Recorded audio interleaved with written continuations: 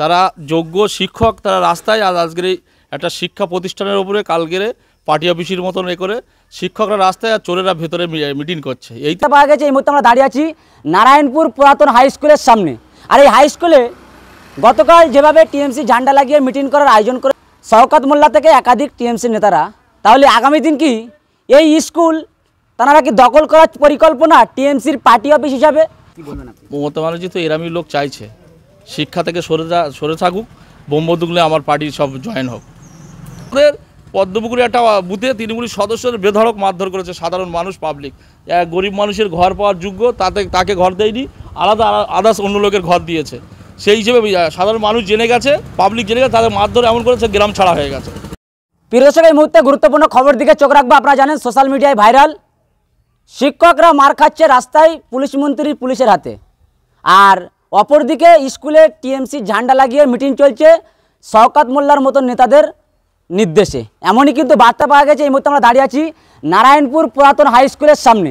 আর এই হাই স্কুলে গতকাল যেভাবে টিএমসি ঝান্ডা লাগিয়ে মিটিং করার আয়োজন করেছে টিএমসির শওকত মোল্লা থেকে একাধিক টিএমসি নেতারা, তাহলে আগামী দিন কি এই স্কুল তারা কি দখল করার পরিকল্পনা টিএমসির পার্টি অফিস হিসাবে?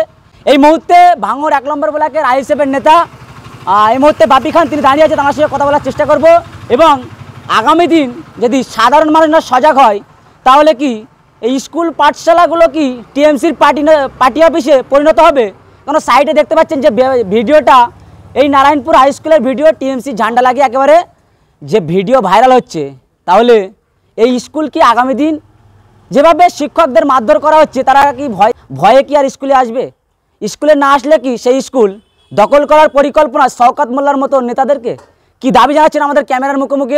দেখতে থাকুন বিস্তারিত খবর আইএসএফ বাংলার পর্দায়। রাজ্যের এখন এই অবস্থা পরিণত, শিক্ষকরা রাস্তায় মার খাচ্ছে, তাদের মাথা ফাটছে, চোখ নষ্ট হচ্ছে। তারা যোগ্য শিক্ষক, তারা রাস্তায় আজকের একটা শিক্ষা প্রতিষ্ঠানের উপরে কালকেরে পার্টি অফিসের মতন করে শিক্ষকরা রাস্তায় আর চোরেরা ভেতরে মিটিং করছে। এই তো রাজ্যের এই অবস্থা। তারা কি নমুনা দেখানোর চেষ্টা করছে যে আগামী দিন হয়তো স্কুলও হয়তো তারা তৃণমূলের পার্টি অফিস বানানোর? শিক্ষক না থাকলে কি করবে? এখন এই স্কুলে এই সবাই পার্টি অফিস পরিণত ওরা করবে। স্কুলের এই তো কালকে ঝান্ডা লাগিয়ে পুরো যেভাবে শিক্ষকরা মার খাচ্ছে, কি দাবি আপনাদের জানাবেন? কি বলবেন? আমরা অবশ্যই আমাদের দলের চেয়ারম্যান অবস্থা থেকে বারবার এই আওয়াজ তুলছে, যারা যোগ্য শিক্ষক তারা যেন অবশ্যই চাকরি ফিরে পাক। কি বলবেন যেভাবে আপনার এই অঞ্চলে, নারায়ণপুর অঞ্চলে টিএমসি ঝান্ডা লাগিয়ে নারায়ণপুর পুরাতন হাই স্কুলে যেভাবে শওকত মোল্লা মিটিং করে গেল, কি বলবেন আগামী দিন কি এই স্কুলগুলো টিএমসির পার্টি অফিসে পরিণত করার এই তো চিন্তাভাবনা কি? গুন্ডা বাহিনীর এই কাজ, এই রাজ্যের এই অবস্থা। আজকে শিক্ষক যেভাবে মার খাচ্ছে, শিক্ষক প্রতিষ্ঠান নষ্ট হচ্ছে। একটা স্কুলে 6-7টা করে শিক্ষা নেই। ছোটো ছোটো বাচ্চারা যারা শিক্ষা বড় হয়ে উঠবে, তাদের আজকের কোনো পরিণত হচ্ছে না। শিক্ষকরা রাস্তায় যেভাবে তালা ঝোলানো আছে, তো আগামী দিন কি এই কি পরিকল্পনা টিএমসির পার্টি অফিস বানানোর জন্য? শিক্ষকদের যোগ্য যারা চাকরি প্রার্থী তাদেরকে চাকরি দেওয়া হচ্ছে না, ওদের এই পরিকল্পনাই চলছে। তো শিক্ষা নষ্ট হলে সব যত মুখ্য লোক নিয়ে এইসব রাজনীতি করবে, বোম বন্দুক নিয়ে ওরা এই রাজনীতি করতে চায়। কি বলবেন মমতা ব্যানার্জির এটা কেন হাল, বা এই বিষয় কেন তার মতামত, কি বলবেন আপনি? মমতা ব্যানার্জি তো এরামই লোক চাইছে শিক্ষা থেকে সরে থাকুক, বোম বন্দুকলে আমার পার্টি সব জয়েন হোক। আগামী দিন কি পদক্ষেপ নিচ্ছেন? এই যে স্কুলে টিএমসি ঝান্ডা, তার বিরুদ্ধে কি পদক্ষেপ নেওয়া হচ্ছে আইএসএফের পক্ষ থেকে? অবশ্যই পদক্ষেপ, আমরা এতে ধিক্কার জানাই, নিন্দা জানাই। যে একটা শিক্ষা প্রতিষ্ঠানে এইভাবে ঝান্ডা ঝুলিয়ে মিটিং করা, অবশ্যই এটা আমরা ধিক্কার জানাই। কি বলবেন যেভাবে ওয়াকফ নিয়ে আন্দোলন হচ্ছে চারিদিকে, মমতা ব্যানার্জি বলছেন যে ওয়াকফ নিয়ে যদি আন্দোলন করা হয়, আমার থেকে বড় শত্রু কেউ হবে না। আরে এটাই তো এখন মানুষ বুঝে গেছে, এরা আরএসএসের একদম দালাল। যেটা বিজেপি বলতে পারে না, সেটা মমতা ব্যানার্জি বলছে। যে ওয়াকফ নিয়ে এই রাজ্যে আন্দোলন করলে আমার থেকে বড় শত্রু হবে না, বিজেপি বলতে পারছে না, সেটা মমতা ব্যানার্জি দিয়ে বলছে। আজকে যেভাবে টের দুর্নীতি, শিক্ষক দুর্নীতি যেভাবে যুক্ত আছে, এই রাজ্যে সবথেকে মোদী সরকার জানে এই রাজ্য থেকে সবথেকে ভয়ঙ্কর আন্দোলন হবে ওয়াকফ নিয়ে। যেহেতু এখানে 35% মুসলিম এই রাজ্যে, ওই জন্যে এই কেন্দ্র বুঝতে পেরেছে এই রাজ্য থেকে সবথেকে বেশি ভয়ঙ্কর আন্দোলন শুরু হবে। এই আন্দোলন বন্ধ করার জন্যই মমতা দিই করাচ্ছে। কেন? যদি মমতা ব্যানার্জি না করে, যেভাবে দুর্নীতির সাথে যুক্ত, যখন তখন অ্যারেস্ট হতে হবে। ভাইপো মমতা ব্যানার্জি নিজে অ্যারেস্ট হতে পারে। সেই হিসেবে এইভাবেই মানুষকে মুখ্যমন্ত্রী বলাচ্ছে এইভাবে।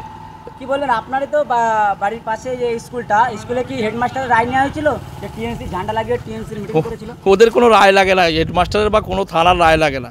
ওদের এখন তো রাজ্য এখন পৈতৃক সম্পত্তি হয়ে গেছে, আর মুখ্যমন্ত্রীরও পৈতৃক সম্পত্তি হয়েছে। মুসলমানদের এক পয়সা এই রাজ্যে দাম নেই। যেভাবে একটা ওয়াকফ সম্পত্তি, কবরস্থান, মসজিদ, মাদ্রাসা, এটা মুসলমানদের নিজের পৈতৃক সম্পত্তি, নিজের দান করা সম্পত্তি। এই সম্পত্তির জন্য তারা আন্দোলন করবে বলছে, তাতে বলছে দিল্লি চলে যাও। সাধারণ মানুষ জেগে গেছে, বুঝে গেছে। এবারে ভোট চাইতে গেলে জুতো খ্যাংরালে দরজা দরজা দাঁড়িয়ে থাকবে। ভোট চাইতে গেলে জুতোর বাড়ি মারবে, বলবে দিল্লিকে ভোট চাও, এই রাজ্যে তোমাদের ভোট নেই কেউ। মানুষ বুঝতে পেরেছে। যত কালকের মিটিংয়ে এসেছিলো সব গাল দিয়ে দিয়ে চলে গেছে। তৃণমূলী সদস্যদের পদ্মপুকুরে একটা বুথে তৃণমূলী সদস্যদের বেধড়ক মারধর করেছে সাধারণ মানুষ, পাবলিক। গরিব মানুষের ঘর পাওয়ার যোগ্য তাকে ঘর দেয়নি, আলাদা আদার্স অন্য লোকের ঘর দিয়েছে। সেই হিসেবে সাধারণ মানুষ জেনে গেছে, পাবলিক জেনে গেছে, তাদের মারধর এমন করেছে গ্রাম ছাড়া হয়ে গেছে। তাহলে আগামী দিন কি একাধিক এলাকাতে টিএমসি গ্রাম ছাড়া হবে বলে কি কোনো? পাবলিক গ্রাম ছাড়া, জনগণ গ্রাম ছাড়া করবে। এদের যা দুর্নীতি, চোর ছাড়া যেভাবে ভরে গেছে, এইভাবে দুর্নীতি এরা গ্রাম ছাড়া হবে না।